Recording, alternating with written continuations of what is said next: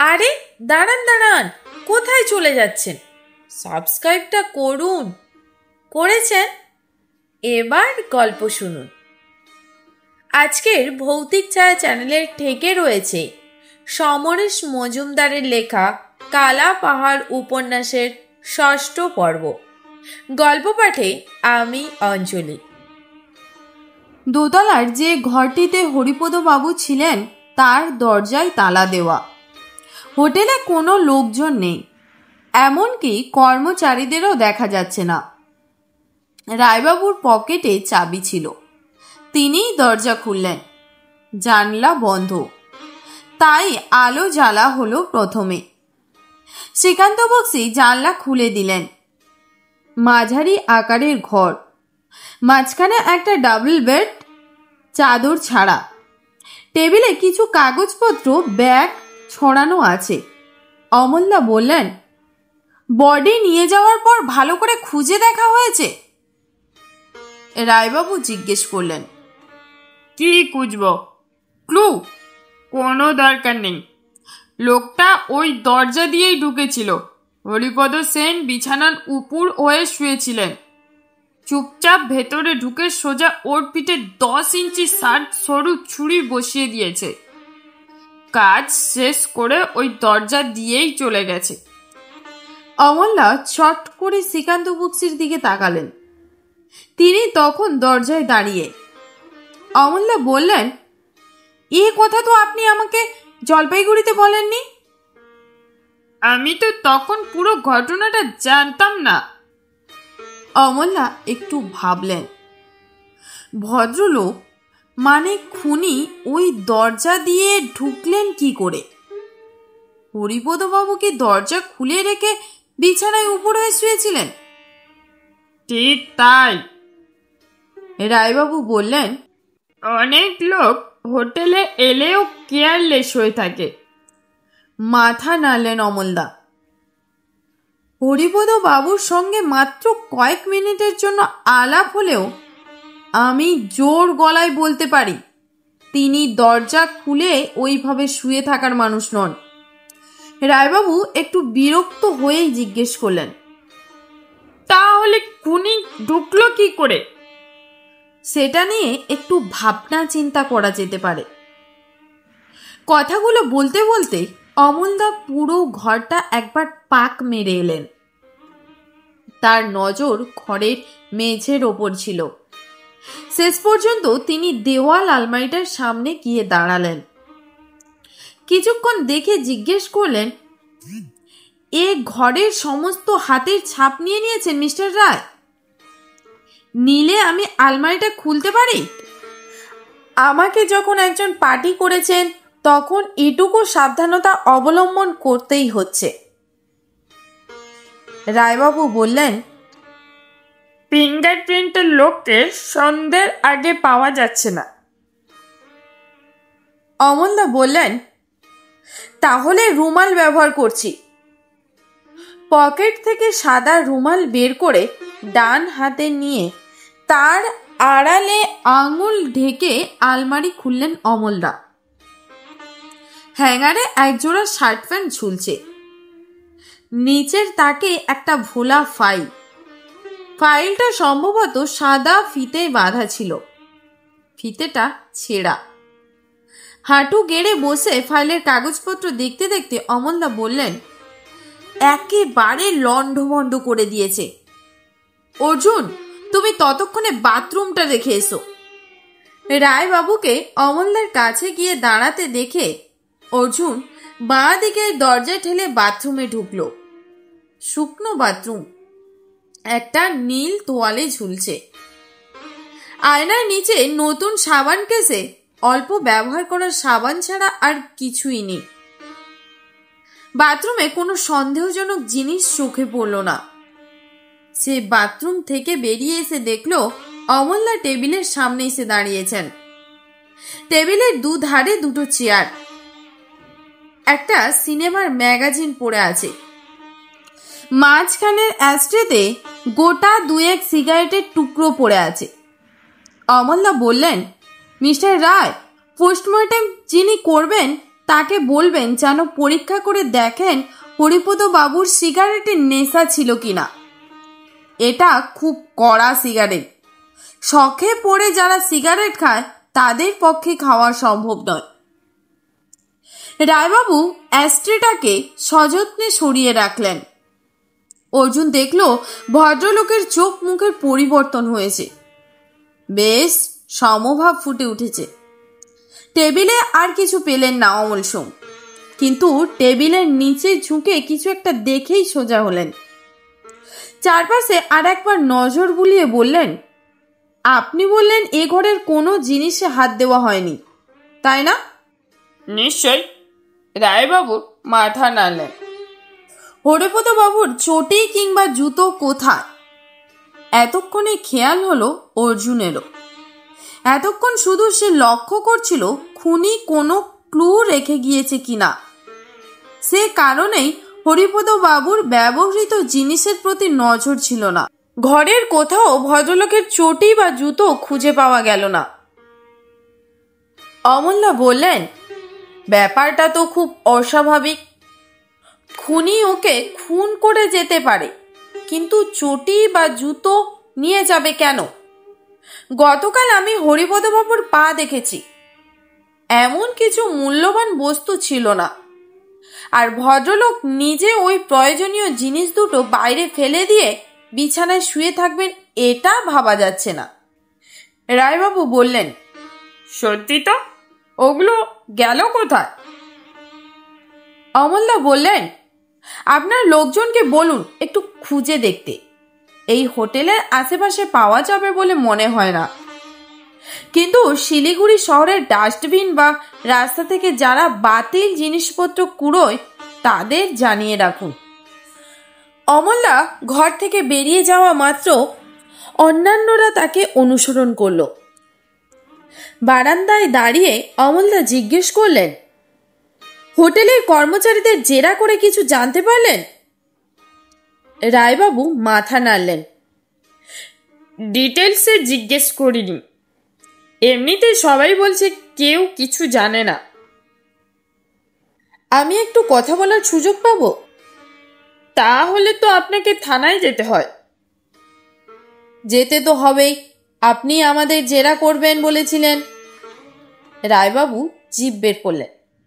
ছি ছি, ওভাবে বলবেন না। হরিপদ বাবুকে জীবিত অবস্থায় আপনি দেখেছিলেন। উনি হোটেলের ম্যানেজারকে জিজ্ঞেস করেছিলেন কিভাবে জলপাইগুড়িতে গিয়ে আপনাকে মিট করবেন। তাই আপনার একটা স্টেটমেন্ট নেওয়া আমার কর্তব্য। সেটা অবশ্যই নেওয়া উচিত। হোটেলটিকে আবার তালাবন্ধ করে রায়বাবু ওদের নিয়ে জিপে উঠলেন। রাস্তায় কোনো কথা হলো না। থানায় গিয়ে রায়বাবু ওদের সমাদর করে বসালেন। নিজের চেয়ারে বসেই পুলিশি গলা ফিরে পেলেন যেন। হরিপদ সেনকে আপনি আগে চিনতেন? না, কোশমিন কালেও নয়। অমলদা মাথা নাড়লেন। উনি সেই কলকাতা থেকে আপনার কাছে কেন এলেন? গুপ্তধনের খোঁজে। মানে?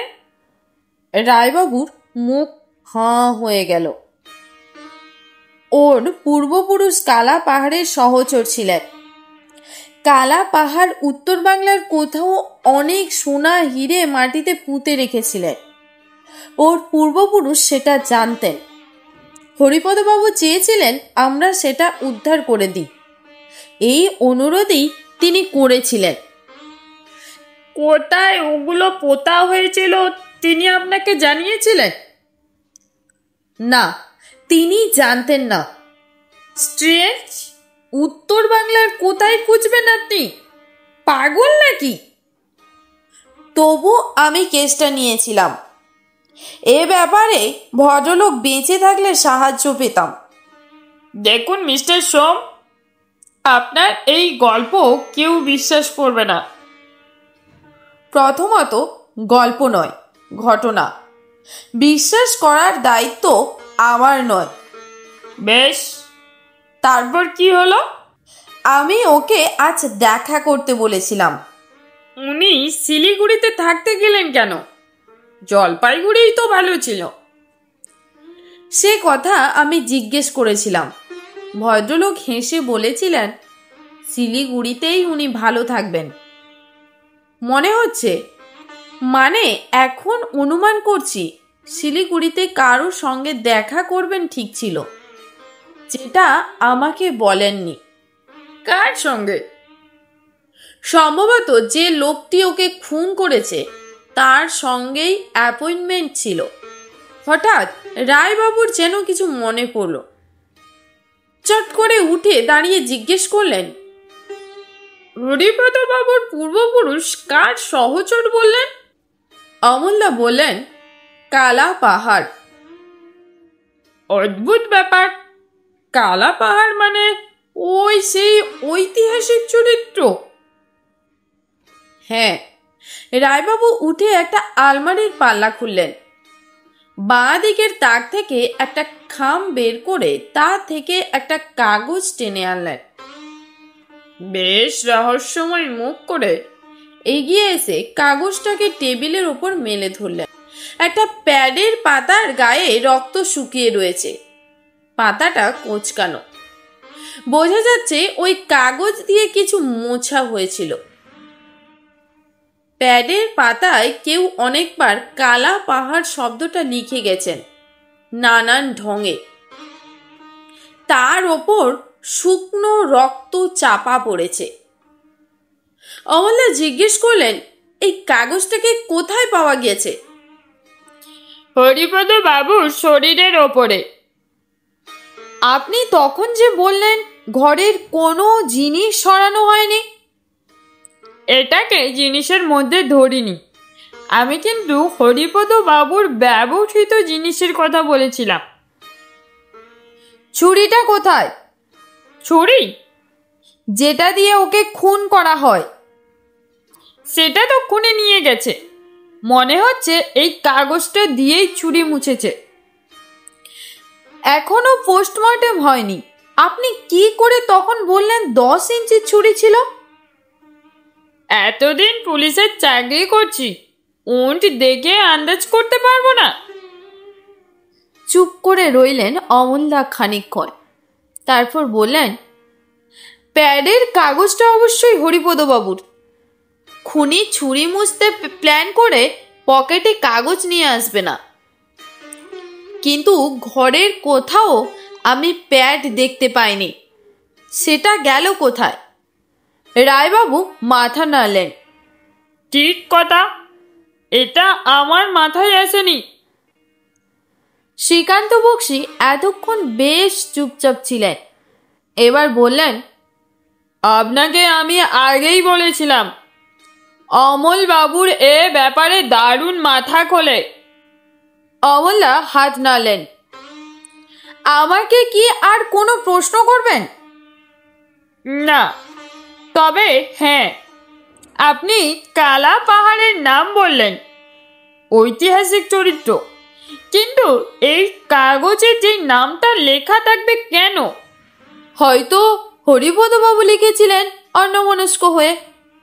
অমূল্যা হাসলেন। মাথায় যেটা ঢোকে সেটা আমরা অনেকেই অন্যমনস্ক অবস্থায় কলমে ফুটিয়ে তুলি। তবে দেখতে হবে ওই কাগজে রক্ত এবং হাতের লেখা হরিপদ বাবুর কিনা। রক্তটা ওর কিনা বের করতে অসুবিধা হবে না। হাতের লেখা মেলাবো কি করে? হোটেলের খাতায় নিশ্চয়ই ওর হস্তাক্ষর পাওয়া যাবে। তাকিয়ে দেখুন, বাংলার সঙ্গে ইংরেজি অক্ষরেও কালা পাহাড় লেখা হয়েছে। ক্যাপিটাল লেটারে যখন নয় তখন লেখাতে কিছুটা মিল পাওয়া যাবেই। যাক, এবার আমাকে হোটেলের কর্মচারীদের সঙ্গে কথা বলার ব্যবস্থা করে দিন। অমূল্যা উঠে দাঁড়ালেন। হোটেলের যেসব কর্মচারীকে থানায় ধরে নিয়ে আসা হয়েছিল অমল সোম তাদের জেরা করলেন। গতকাল হরিপদ বাবুর কাছে কারা এসেছিলেন, হরিপদ বাবুর ঘর থেকে কোনো আওয়াজ শোনা যাচ্ছিল কিনা, মৃতদেহ কিভাবে আবিষ্কৃত হলো ইত্যাদি প্রশ্নের উত্তর যা পাওয়া গেল তাতে কোনো কাজ হলো না।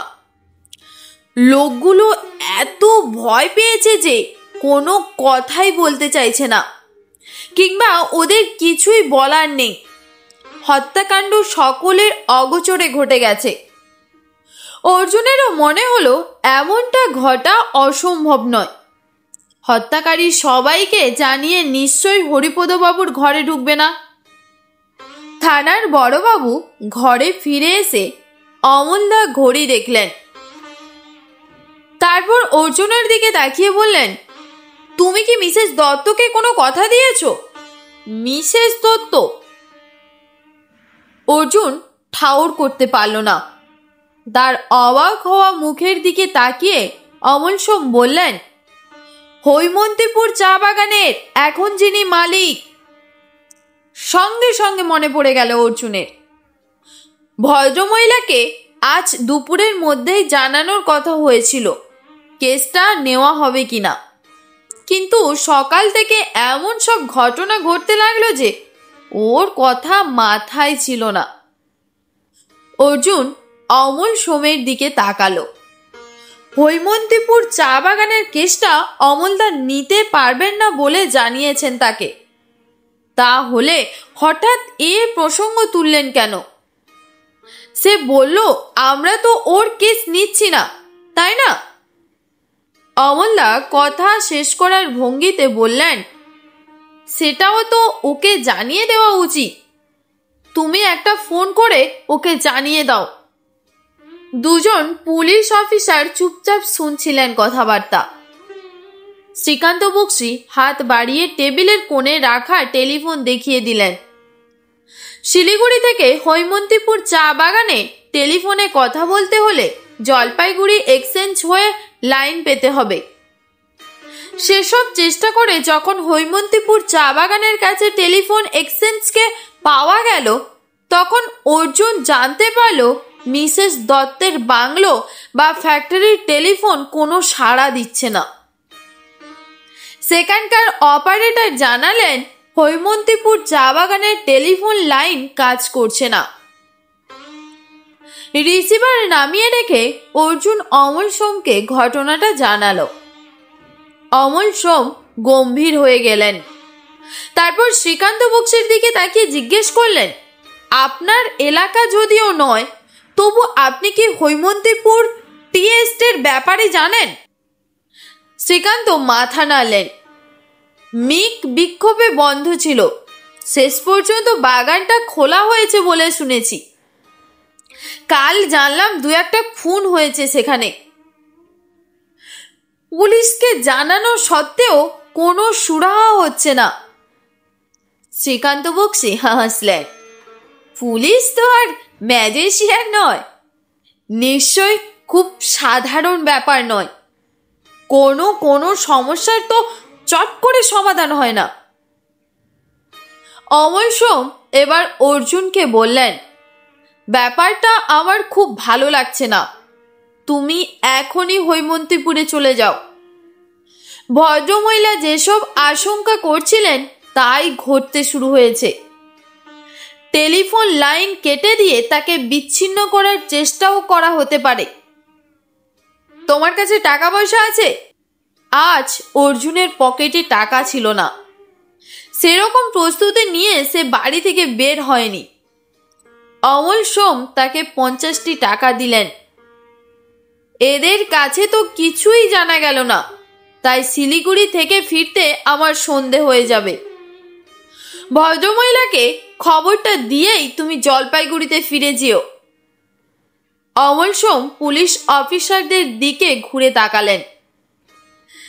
আমরা কি এবার একটু চা খেতে পারি? অর্জুন থানা থেকে বেরিয়ে এলো। হরিপদ সেনের হত্যা রহস্য খুব সহজে সমাধান হবে বলে মনে হচ্ছে না। অমলদার মুখ দেখে মনে হলো তিনি এখন পর্যন্ত অন্ধকারেই আছেন। আর যেহেতু হরিপদবাবু আগাম টাকা দিয়ে গিয়েছেন, তাই এই রহস্য সমাধান না করা পর্যন্ত অমলদা গম্ভীর থাকবেন। কিন্তু অর্জুন ভেবে পাচ্ছিল না এইভাবে তাড়াহুড়ো করে অমলদা তাকে কেন হৈমন্তীপুরে পাঠাচ্ছেন। ভদ্রমহিলাকে সে বলেছিল আজকে জানাবে। সেটা আগামীকাল হলে এমন কিছু ক্ষতি হতো না। হৈমন্তীপুরে না গিয়ে অমলদার সঙ্গে শিলিগুড়িতে থেকে হরিপদবাবুর আসামিকে খুঁজে বের করার চেষ্টাতেই অনেক বেশি আনন্দ ছিল। কালা পাহাড়ের উত্তরাধিকারী নবীন কালা পাহাড়ের মোকাবিলা তো এখানেই হবে। অর্জুন ঘড়ি দেখল, এখন সেবক মালবাজার হয়ে হাসিমারা দিয়ে হৈমন্তীপুরে পৌঁছে আর ফেরার বাস পাওয়া যাবে না। সন্ধ্যের মুখেই ওদিকে বাস চলাচল বন্ধ হয়ে যায়। অর্জুন ঠিক করলো মিনি বাসে জলপাইগুড়ি ফিরে গিয়ে তার নিজের মোটর বাইক নিয়ে হৈমন্তীপুরে যাবে। একটু এগিয়ে সে দেখলো থানার কাছে মিনি বাস স্ট্যান্ডেও কোনো বাস নেই।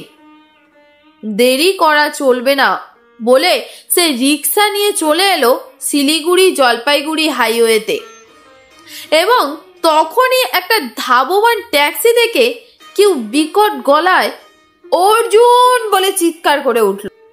অবাক হয়ে অর্জুন দেখলো একটা ওয়াই মাকা অ্যাম্বাসাডার কোনো মতে বেগ কষতে কষতে খানিকটা দূরে গিয়ে দাঁড়িয়ে পড়ল।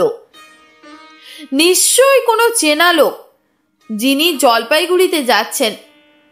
গাড়িটা এবার ব্যাক করছে। কাছাকাছি পৌঁছেই দরজা খুলে যিনি লাফিয়ে নেমে তাকে জড়িয়ে ধরলেন তার কথা কল্পনাতেও আসেনি। দু হাতের চাপে ততক্ষণে হাসপাস অবস্থা অর্জুনের।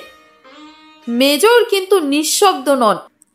গাড়ি থেকে নামমাত্র সমানে চিৎকার করে যাচ্ছেন, এই যে মিস্টার থার্ড পাণ্ডব, কি সারপ্রাইজ! আহ, কতদিন পরে দেখলাম আমাদের গ্রেট ডিটেকটিভকে। লম্বা হয়েছে, একটুও মোটা হওনি। That's fine. অমলবাবুর খবর কি? কোনো মতে নিজেকে ছাড়িয়ে নিয়ে লম্বা চওড়া দাড়িওয়ালা মানুষটির মুখে সরল হাসি দেখলো অর্জুন। তারপর জিজ্ঞেস করলো, আপনি কেমন আছেন? খুব ভালো, যাকে বলে ফার্স্ট ক্লাস। একটু বুড়ো হয়েছি, এই যা বলে আকাশ ফাটানো হাসলেন। অর্জুনের মনে হলো এই মানুষটি একই রকম রয়েছেন। সেবার কালিম্পং থেকে শুরু করে আমেরিকা ইউরোপে যে মেজরের সঙ্গে দিনের পর দিন থেকেছে, মেজরকে দেখলেই মনে হতো হার্জের আঁকা ক্যাপ্টেন হ্যাডক রক্ত মাংসের শরীর নিয়ে তার সামনে দাঁড়িয়ে আছে। এবার দাড়িতে সাদা ছোপ লেগেছে একটু বেশি পরিমাণে, এই যা। ট্যাক্সিতে বসে অর্জুন বলল, বিষ্টু সাহেবের কাছে খবর পেয়েছিলাম আপনি এদেশে এসেই কালিম্পংয়ে চলে গিয়েছেন।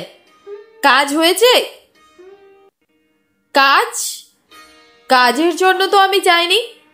ওখানকার একজন লামা আমাকে চিঠিপত্র লিখতেন।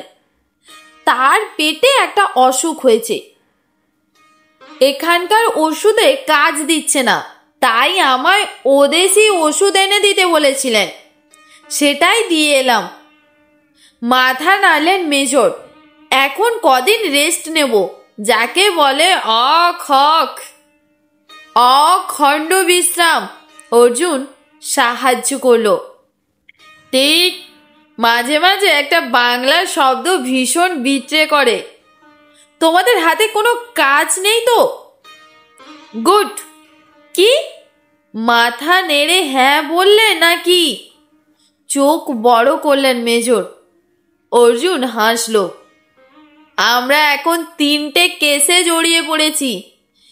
তিনটে? কোনো গোয়েন্দা একসঙ্গে 3টে কেস করে না, আমি তো অন্তত পড়িনি। ইভেন শার্লক হোমস 3টে ডিফারেন্ট কেস? না, 2টো গায়ে গায়ে, একটা আলাদা। ইন্টারেস্টিং, বলে ফেলো ব্যাপারটা। কথাটা বলেই মেজর সোজা হয়ে সামনের সিটের দিকে তাকালেন। সেখানে ড্রাইভার আপন মনে গাড়ি চালাচ্ছে। লোকটি নেপালি, সম্ভবত মেজর কালিম্পং থেকেই তাকে ভাড়া করেছেন। মেজর তাকে জিজ্ঞেস করলেন, আপ ইংলিশ জানতে হ্যাঁ? Yes sir. লোকটি মুখ না ফিরিয়ে জবাব দিল। হিন্দি তো জানতা হ্যাঁ, বেঙ্গলি, বাংলা? অল্প অল্প। ডেঞ্জারাস। তাহলে তো থার্ড পার্সনের সামনে আলোচনা করা যাবে না অর্জুন বাবু। কি করা যায়? মেজরকে খুব চিন্তিত দেখল। অর্জুন এতক্ষণ ড্রাইভারের অস্তিত্ব খেয়াল করেনি, কিন্তু তার মনে হলো মেজর একটু বেশি চিন্তা করছেন।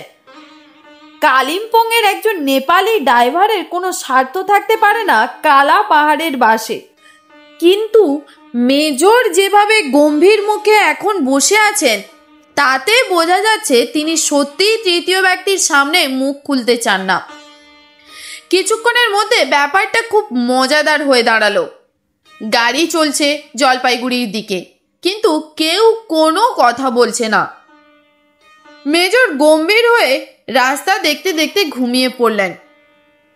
এবার তার নাক ডাকা শুরু হয়ে গেল। সেই সঙ্গে ড্রাইভারও মুখ ফিরিয়ে পেছনে তাকালো। কথা বন্ধ করা মাত্র কোনো মানুষ এমন চট করে গভীর ঘুমে ঢুকে যেতে পারে তা মেজরকে না দেখলে বিশ্বাস করা শক্ত। অমল সোমের বাড়ির সামনে পৌঁছে ট্যাক্সি ছেড়ে দেওয়া হলো।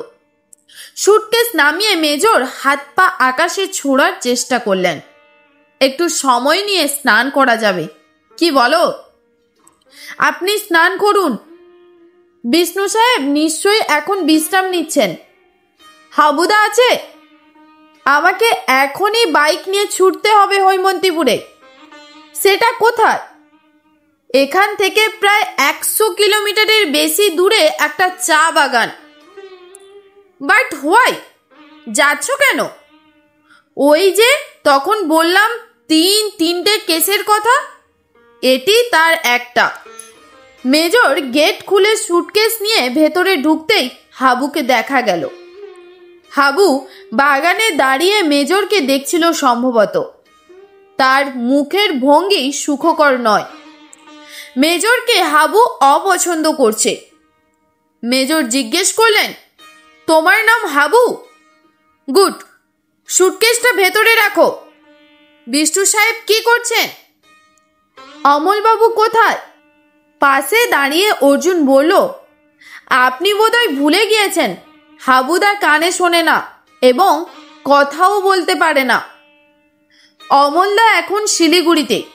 শিলিগুড়িতে কেন? ওই কেসের ব্যাপারেই ওখানে গিয়েছেন।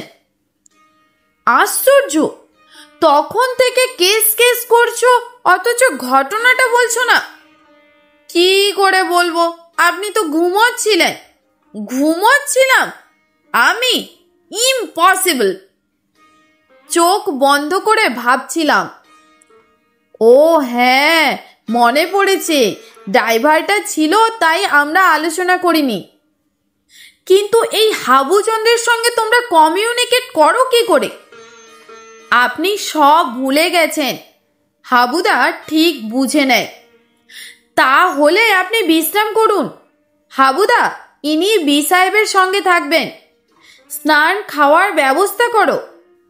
কথা বলার সঙ্গে আঙুলের ইঙ্গিতে বক্তব্য বুঝিয়ে অর্জুন তার নিজের বাইকটার দিকে এগিয়ে গেল। মেজর কয়েক পা হেঁটে হাবুর হাতে সুটকেস ধরিয়ে দিয়ে অর্জুনের সঙ্গে গেট পর্যন্ত এলেন। অর্জুন ইঞ্জিনে স্টার্ট দেওয়া মাত্র বললেন, তোমার হাত পাকা তো? আমার আবার বাইকে উঠতে খুব নার্ভাস লাগে। আপনি উঠবেন মানে? অর্জুন অবাক। অদ্ভুত প্রশ্ন তো। মেজর খিঁচিয়ে উঠলেন।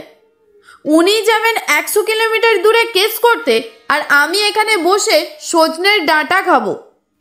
তাছাড়া তিনটে কেসের গল্প এখনো শোনা হয়নি।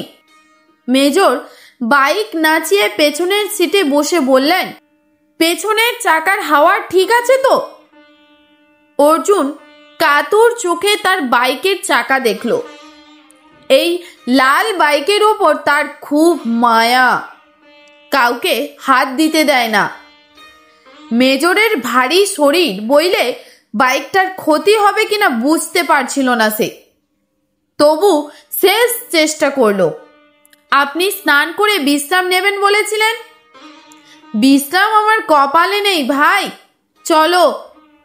অগত্যা চাকা গড়ালো। পেছনের ভার খানিকক্ষণ বাদেই সয়ে গেল অর্জুনের। মেজর এবার তাকে প্রায় আঁকড়ে ধরেছেন। অর্জুন তাকে সহজ হয়ে বসতে বলায় তিনি রেগে গেলেন। নিজে মাথায় হেলমেট পরেছ, আমার মাথা খালি, ছিটকে পড়লে কি হবে ভেবে দেখেছ? হ্যাঁ, এবার বলো, হৈবন্তীপুর নাকি ছাই, সেখানে কি হচ্ছে? বাইকের স্পিড বাড়িয়ে তিস্তা ব্রিজের দিকে যেতে যেতে অর্জুন হাওয়ার ওপর গলা তুলে বলল, খুন হচ্ছে।